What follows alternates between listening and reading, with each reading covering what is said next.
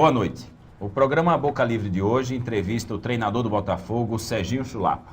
Estamos aqui também com o jornalista José Fernando Chiavenato, diretor do jornal A Tribuna, e vamos bater um papo sobre futebol, né, sobre a carreira do Serginho, sobre arbitragem, enfim, discutir um pouco esse esporte nacional, essa paixão nacional. Eu começaria perguntando ao Serginho a respeito dessa recente discussão sobre a questão da corrupção no futebol, principalmente com relação à arbitragem. E enfatizaria uma coisa a mais, Serginho. O Ivens Mendes me parece que é sócio do Ricardo Teixeira, que é genro do João Avelanches. E algumas pessoas falam até que se for fuçar a fundo essa questão da arbitragem, nós vamos ter que cancelar todos os jogos de 1.500 para cá. O que você acha disso daí, Serginho? Um cumprimento, né? Um prazer imenso estar com vocês aqui. Eu acho que tem que moralizar o futebol. Eu acho que aconteceu em tempo ainda esse problema aí de corrupção, o presidente do Corinthians, do Atlético, e agora esse Ivens Mendes, né? Então eu acho que veio à tona uma coisa que estava escondida, tá? Então eu acho que se os cartolas do nosso futebol quiser moralizar, aí está o momento certo para levantar outras coisas. Na minha opinião, não deve ter só isso não. Tá? Então acho que tem que ir a fundo o presidente da CBF, os de federações, dos estados, então, para poder moralizar. Então agora, eu acho que tem que pegar e punir exemplarmente essas pessoas para que isso não venha a ocorrer novamente. Você como jogador, Serginho, mesmo como treinador agora, você teve algum problema com o juiz? Algum caso de suborno que você teve conhecimento, alguma coisa assim? Não, eu há 20 anos que eu estou nesse meio, já ouvi muitas coisas, mas como eu sou uma pessoa que não gosto desse tipo de atitude, então acho que podia até ter chance de alguém encostar em mim. Mas quando eu sentia que estava pintando alguém, eu já fechava a cara, já o cara já nem se aproximava, porque não é certo isso. Sabe, que no caso alguém me comprar como jogador aí para o São Paulo, do Santos, então eu estou prejudicando não só a mim, como o pessoal, os outros jogadores. Então não é justo isso. E tem isso. Você pode ter certeza que tem. Então, sabe, não é isso, não é minha situação de vida nessa, não. Meu negócio é honestidade. E se eu puder, um dia alguém vir querer fazer alguma coisa comigo, algum suborno, sinceramente, nem vem que vai voltar com quem eu estou te esperando. O Sérgio Bernardino, menino pobre de Araraquara, de repente virou o Serginho Chulapa. Seleção brasileira, São Paulo, Santos, só jogou em time fera, goleador, por todo lugar que passou era goleador. Serginho, como é que é o lance de bater em juiz? Você é uma das pessoas, um dos jogadores de futebol mais invejados desse país, se não por tudo isso que eu falei, mas exatamente por isso. Porque todo brasileiro sonha em bater no juiz. Você foi lá e caçapou um. Não, de mim só foi um. Mas o juiz foi 1,77 exatamente no Botafogo que você dirigiu. Quando eu bati em juiz, eu só dei um bico nele. Um bico na canela. Lá. Mas um bico é agressão, né, Zé? É agressão, mas eu acho que se eu soubesse que eu ia pegar um ano, eu tinha arrancado a cabeça dele fora. Entendeu? Um bico me custou isso. Custou 12 meses, né? Um ano, né? Mas você acabou sendo absolvido antes, não fez? Não, eu cumpri. Olha, 14 meses eu peguei e cumpri um. Então fui absolvido quando eu completei um ano de suspensão, que faltava mais ainda, né? Mais 2 meses. Mais 2 meses ainda. Então, isso deu problemas, inclusive, na questão da convocação para a seleção. Deu, porque naquele ano, 77, né, estou há 20 e poucos anos de carreira, foi o melhor ano meu. Com toda certeza, foi a maior fase da minha vida que eu tive no São Paulo, né? Naquele ano de 77. No Campeonato Brasileiro, inclusive. Então, a minha convocação, pelo que eu vinha fazendo nos jogos, era como certa, né? Aí, de repente, pintou esse lance aí. Entendeu? E não fui convocado. Mas tudo bem, eu acho que na vida da gente, você sempre tem que tirar aquilo que você faz de lição. Agora, 20 anos de carreira, se a gente fala que tem 43 anos. No Brasil tem um ditado, tem uma história que fala o seguinte: preto, quando começou a parecer cabelo branco, já passou dos 70 há muito tempo. O Serginho, pode dar um close nele, até a sobrancelha dele também é branquinha, a têmpora aqui tá branquinha. Você tem 43 mesmo, Serginho? Não, eu tô com 43 anos, esse negócio de cabelo branco aqui, eu assumi, pô. Eu não vejo motivo de ficar pintando, passando gasto, passando tinta, sabe? Enê. Até minha mulher fala, pô, você não quer atingir o cara, eu não atingi nada. Então deixa como é que tá, sabe? Então você tem que assumir, pô, com naturalidade, a natureza. O Negrão pinta cabelo? Muitos amigos meus pintam, com certeza. Por mais velho que eu, tô com o cabelo sempre pretinho, cara, não tem alguma coisa não tem errada. E o maior de todos? E o maior de todos? Glorioso Pelé. O seu Edson. Eu acho que ele pinta, viu? Uma vez eu perguntei isso pra ele, ele falou assim, que é isso, quer me derrubar, campeão? Não faço isso não, entende? Mas eu acho que ele pinta o cabelo. Com certeza. Não é possível, hein? Nem o fio de cabelo branco, uma brincadeira, velho. Era bom no campo também. Com certeza. Deixa eu fazer um outro negócio aqui. O Paulo César, que jogou no Corinthians, tá na Alemanha, tá bem na Alemanha. O próprio Bernardo, que passou na Alemanha. O Roberto Carlos, agora recentemente. O Rivaldo, parece que me fez uma declaração dessa. Todos eles falaram que jogar lá fora no exterior é muito difícil, em alguns casos, na Espanha, na Alemanha, na Itália, por causa do racismo, do preconceito. Você sempre jogou no Brasil. No Brasil existe algum tipo de preconceito com o crioulo ou não? Não, eu nunca senti isso. O que eu senti, acho que você não sabe, eu estive na Turquia. Eu, o Carlos e o Éder jogando, acho que são 88, 89, não me lembro bem. Nós fomos lá pro time lá do Marat Sport, Campeonato Turco. Então a gente sente na pele isso, sim. Sabe? Mesmo no time, chegou eu, o Éder sentiu o drama e veio embora. De ser brasileiro, não de ser negócio de porra. Os caras, você viu os caras boicotando, você repara, os caras não cruzavam. Então não existe isso. Agora, dos outros problemas que estão tendo aí com o Bernardo, com o próprio Roberto Carlos recentemente, já é negócio de cor, sabe? Isso aí, sabe, uma idiotice tremenda. Apesar que todo lugar tem racismo, na minha opinião. Sabe? Então, ele está passando, está sofrendo lá na Espanha, principalmente o Roberto Carlos.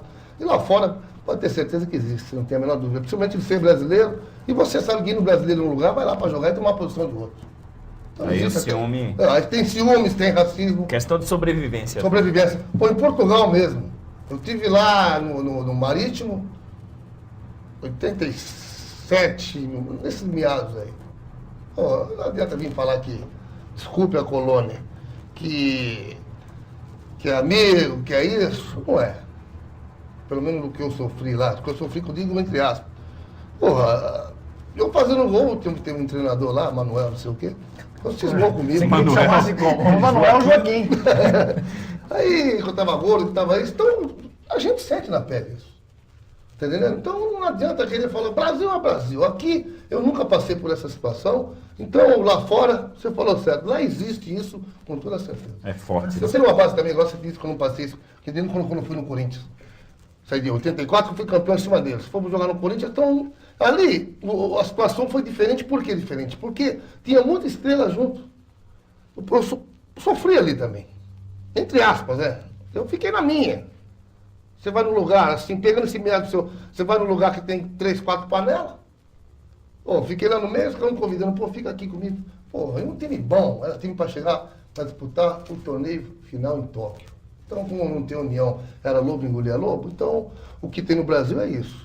Que não pode ter, num time de futebol, muitas estrelas juntos, senão complica. Você acha que o Corinthians está passando por esse período, por exemplo? Veio o Túlio, por exemplo, a mulher do Túlio já pôs a boca no mundo. Ah, o Marcelinho fala muito em Deus, mas na hora H, né? Mas eu acho o plantel do Corinthians bom, está sendo bem dirigido pelo Nelsinho, totalmente diferente daquela época que eu joguei lá. O Túlio, eu acho que é um fato isolado. Eu gosto dele como artilheiro, como valoriza a si mesmo. É bom ver esse um jogador inteligente. E ele é inteligente e artilheiro. Você vê que ele está com mais de 10 gols no Corinthians. Artilheiro do Corinthians. E sem jogar. Sem jogar. É, então, o Nelsinho tem duas opções para o Corinthians. O Túlio é uma e com o Mirandinha é outra. Então, o Corinthians é um privilegiado. Então, eu acho que não é boicote do Nelsinho, que eu conheço muito bem o caráter dele, de eu ter jogado com ele no São Paulo e ter amizade até hoje. Então, o Túlio está passando esse sufoco. O problema do Túlio do Corinthians é o esquema tático. Na minha opinião, não existe mais nada, ninguém contra ele. Me diga uma coisa, sério. O campeonato, tem muita gente falando em mudanças no Campeonato Brasileiro. Você acha que tem muito time no campeonato, ou paulista, ou brasileiro? Precisava dar uma enxugada nisso daí? A estruturação, como é que está? Qual a sua opinião a respeito disso? Eu dei outra opinião outro dia. Eu disse que se você fizer um torneio, só o torneio brasileiro, campeonato brasileiro, você vai fundar muitos times por aí, regionais no caso, né? Então, no caso, tem que acabar com os campeonatos regionais e ficar só com o brasileiro. E aí os outros times que vivem disso, tá, dos campeonatos regionais. Então, acho que tem que diminuir um pouquinho, na minha opinião. Aquele time que tiver dinheiro, que tiver bala para suportar um campeonato paulista, tem que estar na divisão. Quem não tiver, sai.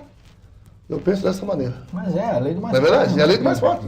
Tinha que diminuir um pouco, Diminuir, então, o número com certeza. de Até para tornar participantes. mais competitivo. Para tornar mais mais competitivo, curto. é. É inadmissível um campeonato longo desse Não jeito dá. que castiga. Pô, você sai de muito. um regional, você vai logo para um brasileiro.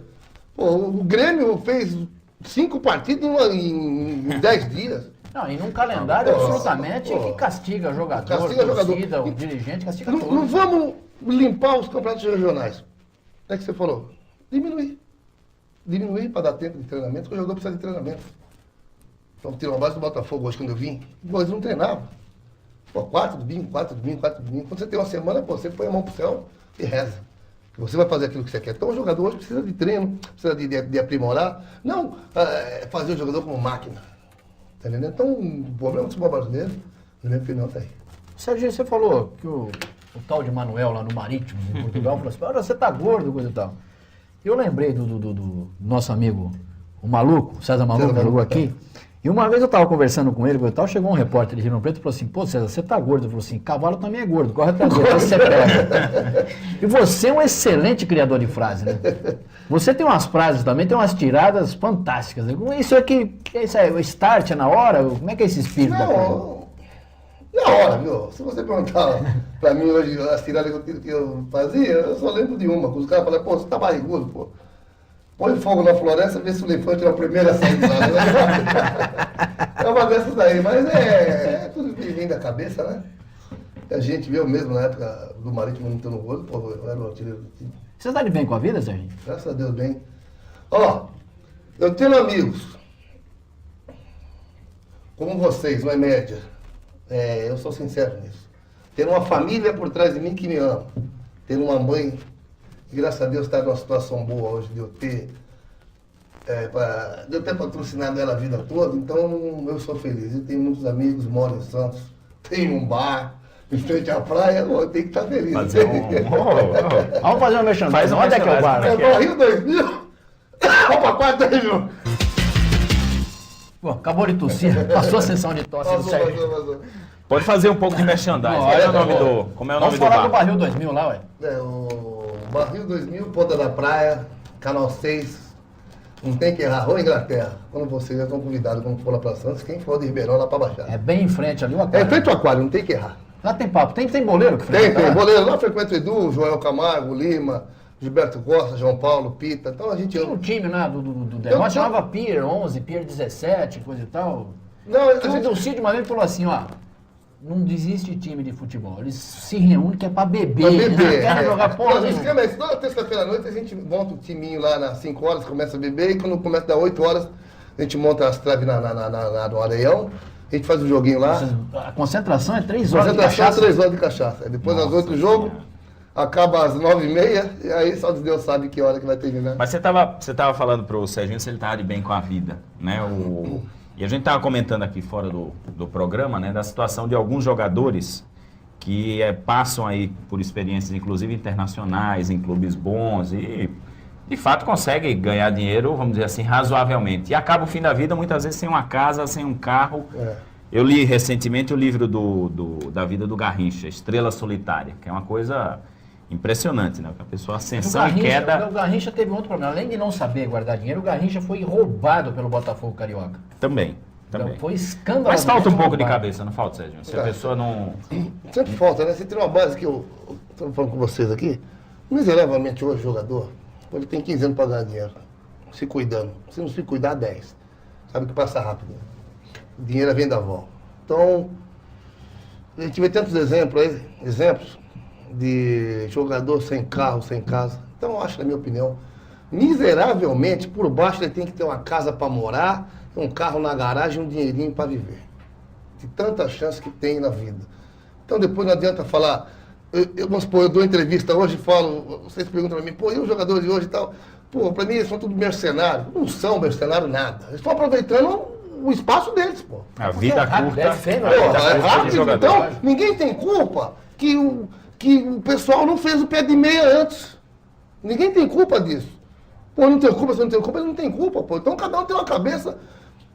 É que você falou, pô, os caras que, o clube, os caras que roda do lado, é que vai sugando. Chega uma hora que tá sem Serginho, dinheiro. e essa lei do passe, ela vem para piorar, para melhorar, para conturbar, para fazer o quê? É bom pra quem? Eu acho que é bom pro jogador, na minha opinião, né?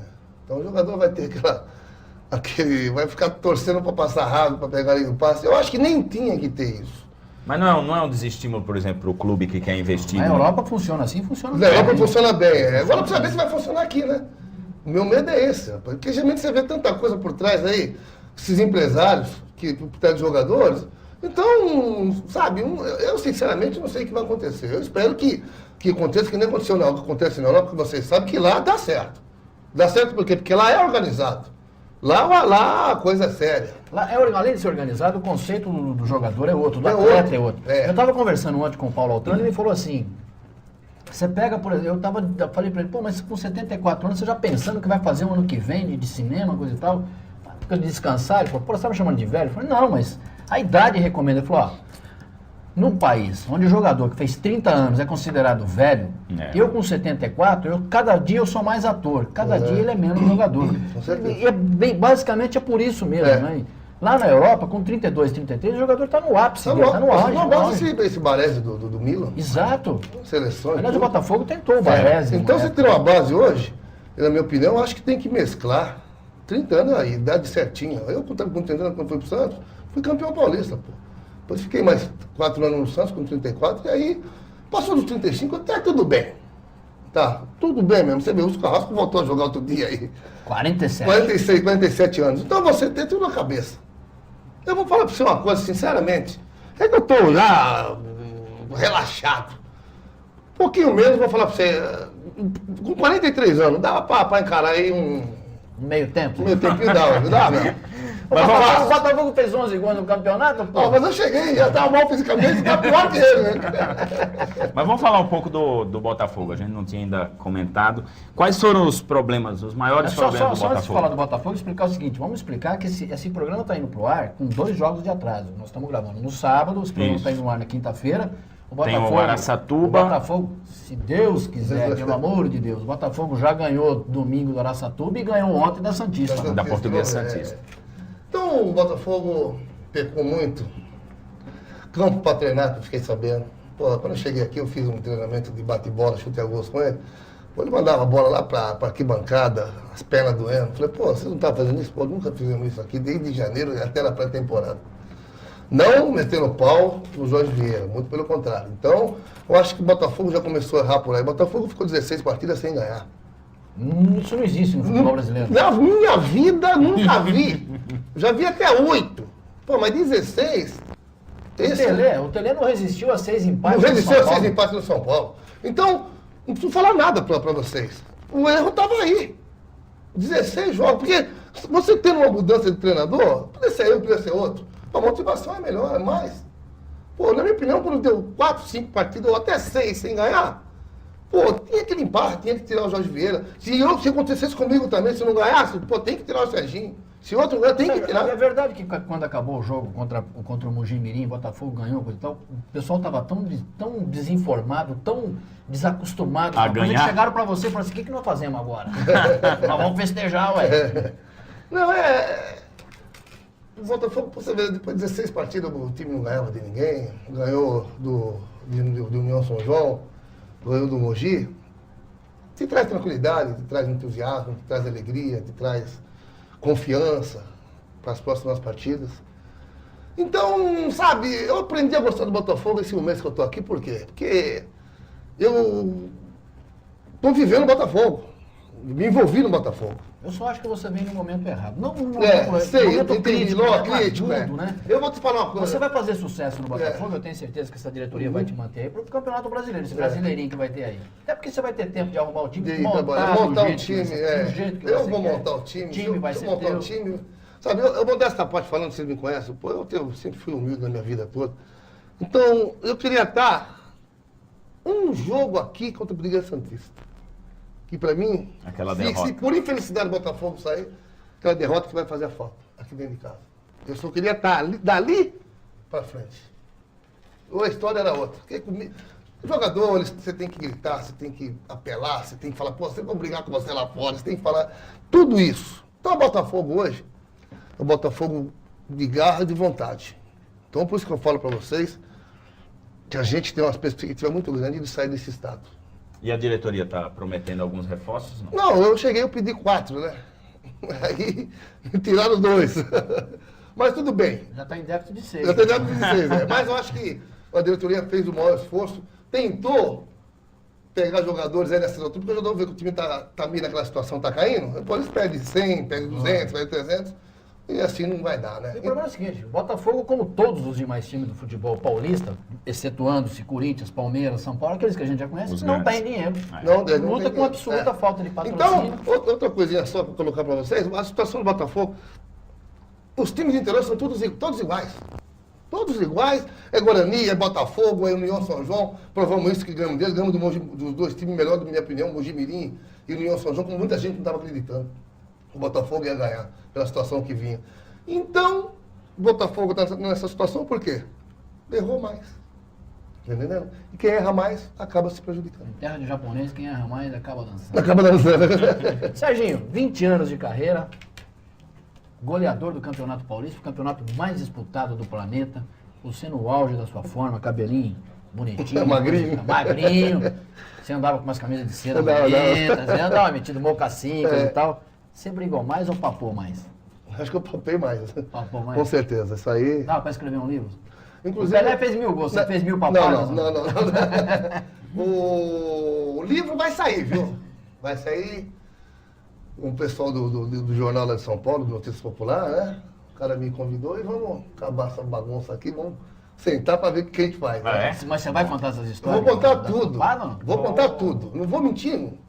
E aqui eu pretendo, quando sair o livro, aqui já é uma promessa aqui para vocês, aqui no ar. Eu vou lançar o livro aqui com vocês. Beleza, então vamos cobrar isso. Lógico que não vamos cobrar Se isso. quiser ficar junto. Sérgio, essas mudanças no futebol, por exemplo. Hoje o carrinho por trás é penalizado com expulsão. Na sua época não, era no cacete mesmo. Você ia jogar nos campinhos lá do América, que não é esse campão que tem aí, da Prudentina, aqui em Araraquara. É difícil. Campinho que os caras te pegavam na cuspida, ia lá, É verdade. Os caras entravam. Como é que era esse negócio? Então, eu estava até comentando foi até bom a sua pergunta, eu estava comentando com um amigo meu aí, semana passada, estava no São Paulo, ganhar do Botafogo aqui, que Ribeirão naquela época não ganhava. Do América não ganhava, era difícil. Os caras chegavam rei. Tantas vezes eu vi com o São Paulo aqui em Ribeirão, 1 a 1, eu saí aqui e fui satisfeito. Pô, aquela igualdade era jogo pau a pau, jogo bonito de se ver. Tá. Agora hoje é carrinho por trás, é uma coisa que eu detesto, é isso. Eu sempre jogava, eu também não jogava com tornozeleiro, jogava com faixa, jogava só de chuteiro e meia. Tá, então eu já tinha que ver o jogador antes, quando vem para entrar dar um carrinho. Mas dificilmente tinha. Hoje não, o jogador dá carrinho, já está para quebrar, para intimidar, então eu acho que o carrinho tem que ser banido do futebol. Tá, na minha opinião é isso. Então, se for para melhorar, vamos melhorar para o bem de todos aqui do futebol brasileiro, que é, na minha opinião, o melhor futebol do mundo. Bom, Acho também.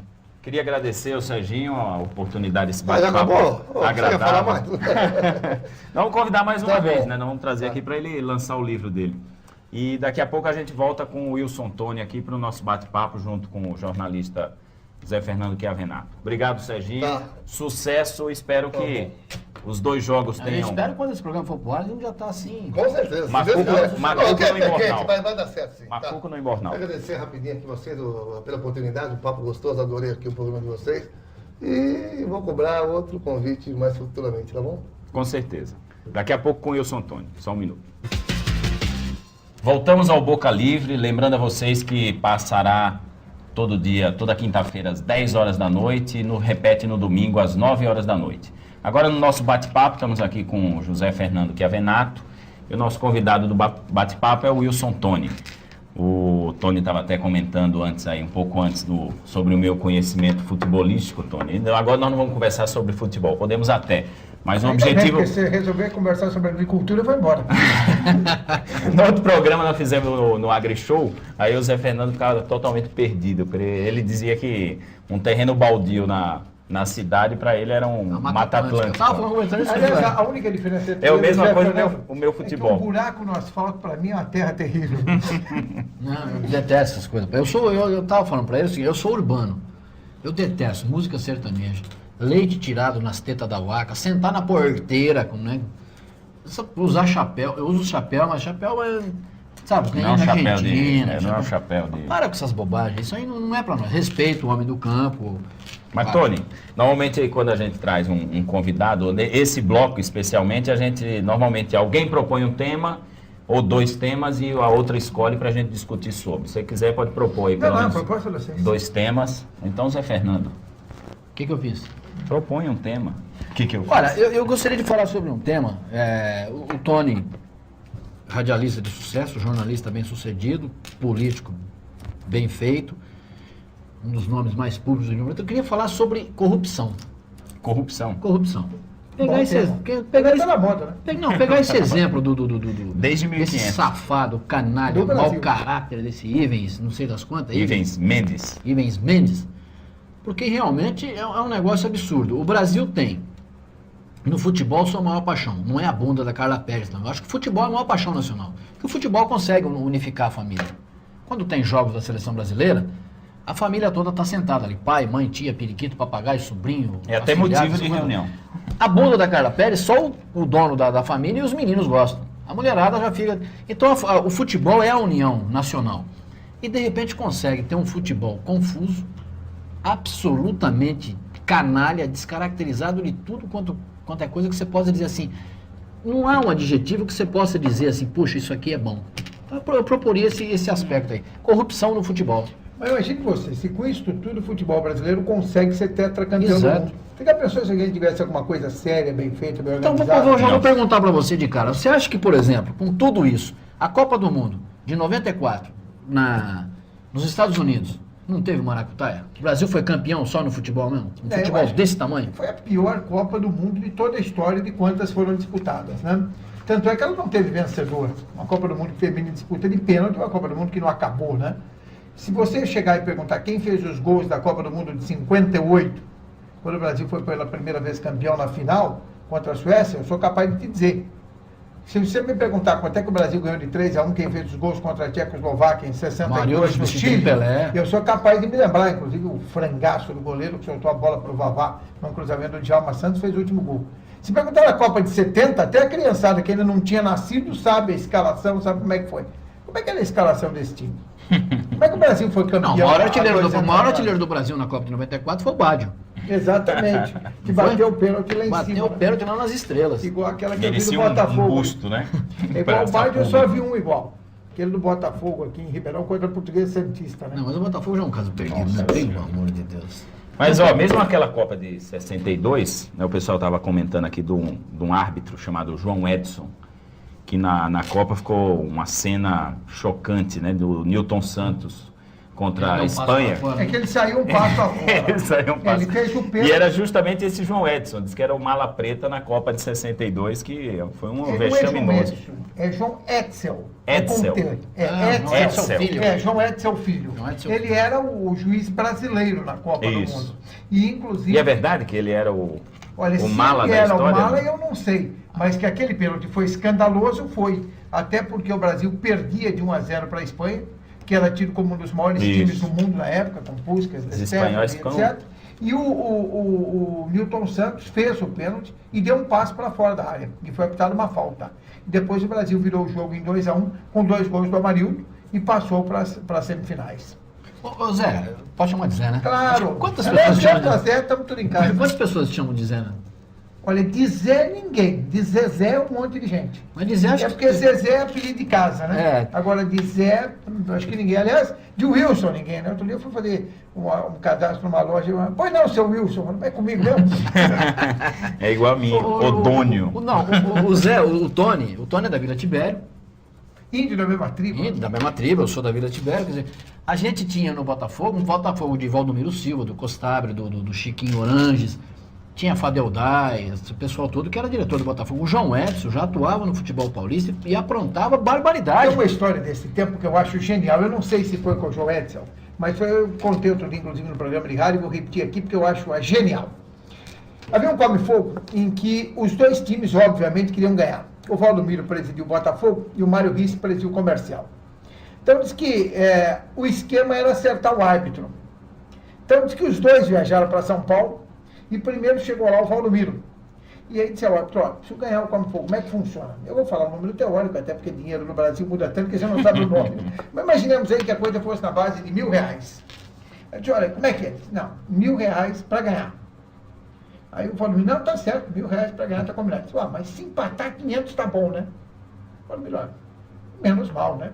Perdeu o Come Fogo é terrível, vai lá empate, vai. Tá bom, vai 500 pelo empate. Saiu o Mário Ricci e entrou, aliás, saiu o Valdomiro e entrou o Mário Ricci, o mesmo acordo. 1.000 para ganhar, 500 para empatar. Qualquer que fosse o resultado do Come Fogo, o juiz tinha 1.000. Tinha 1.000. Esse esquema de corrupção no futebol não é novo, é velho, todo mundo sabe. Que a gente ouve Mas história. nunca foi tão organizado, agora virou quadrilha organizada. E as coisas tinham assim muito de folclore, né? Eu me lembro de uma história que contam também de um Botafogo e Ferroviária, em que a Ferroviária não podia cair.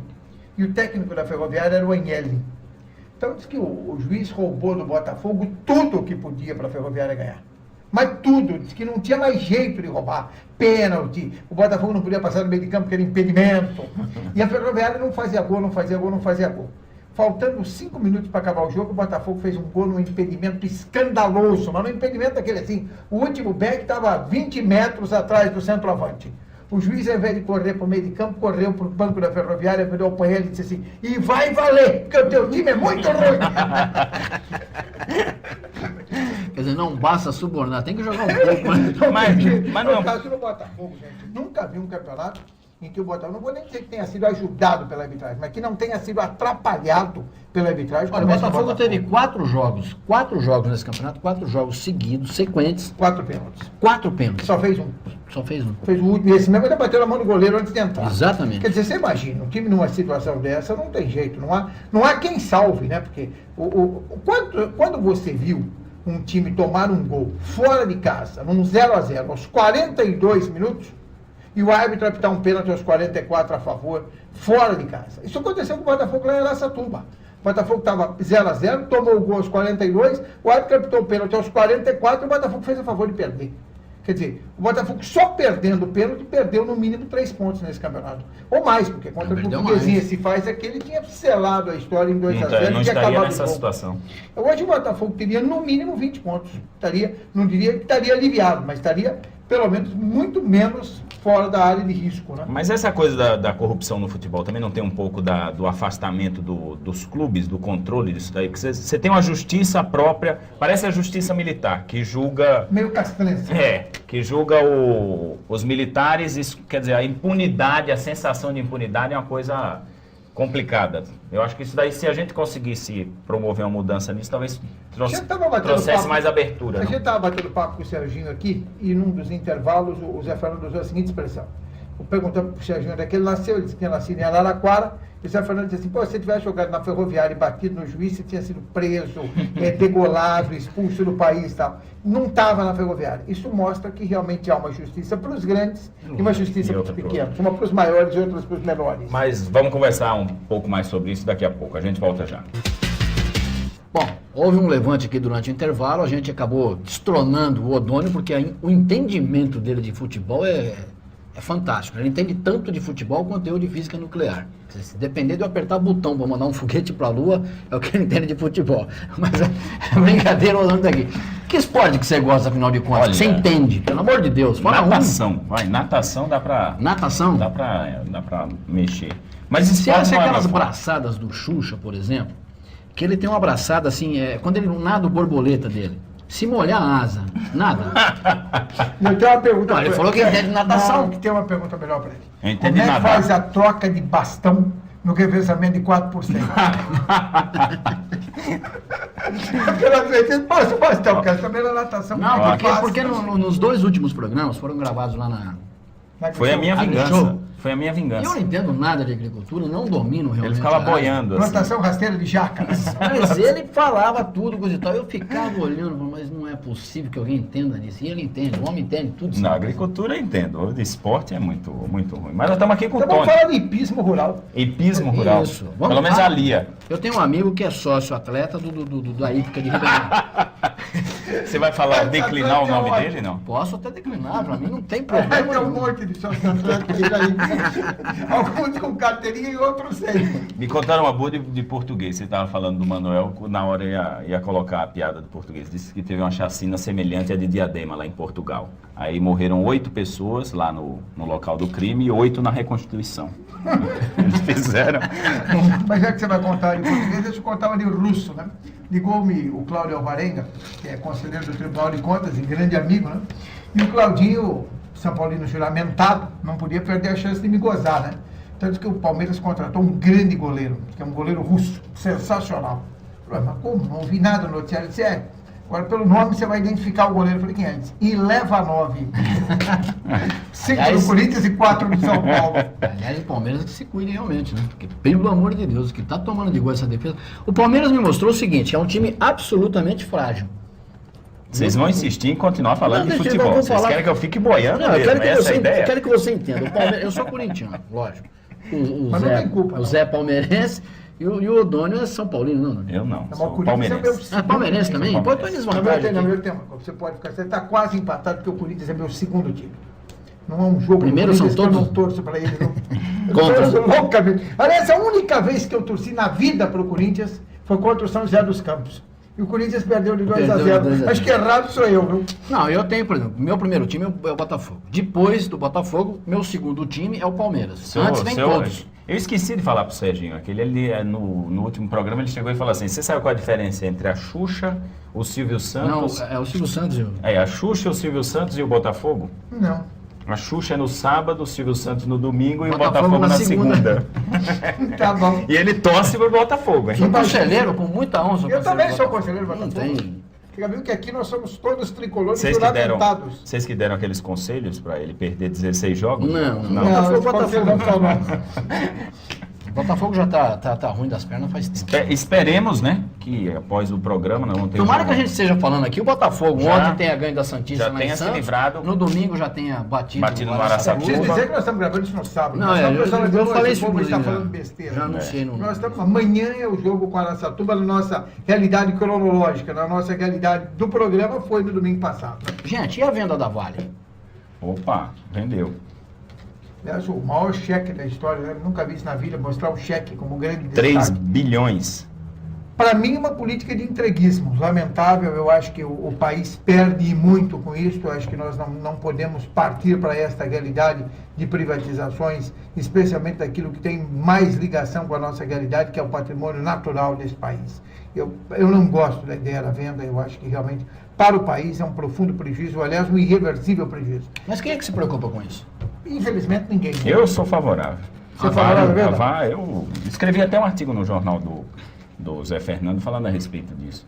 Eu acho que a Vale não tem nada de estratégico, não tem nada que diga a respeito Como a... não tem? Cuida do subsolo, Que tem cuida cheio do de subsolo? minérios, tem O ouro. que afeta a vida das pessoas no dia a dia? Não, mal cuidada, É mal uma empresa que administrada, mal diz gerida. respeito aos Ah, interesses dos funcionários lá, único e A grande exclusivamente. verdade, Odônio, é que É a mesma nós- coisa da Uzi Minas, todo mundo falou que o mundo ia acabar, nós íamos perder tudo e não sei o que, A grande CSN. verdade é que a gente mede a empresa pública pelo padrão da má administração. Então isso justifica você dizer que vai privatizá-la porque ela é má gerida. Não, ela Mas a gente poderia não consegue ser- pensar na empresa pública bem gerida. Ela poderia ser bem gerida, mas não precisa ser o Estado para estar nessa atividade. E O por Estado que não o Estado? Porque não precisa. Vai colocar esforços e energia do Estado Mas para... se ela é lucrativa, por que ela não pode? Se ela é lucrativa na mão do particular, por que ela não pode ser lucrativa na mão do interesse público?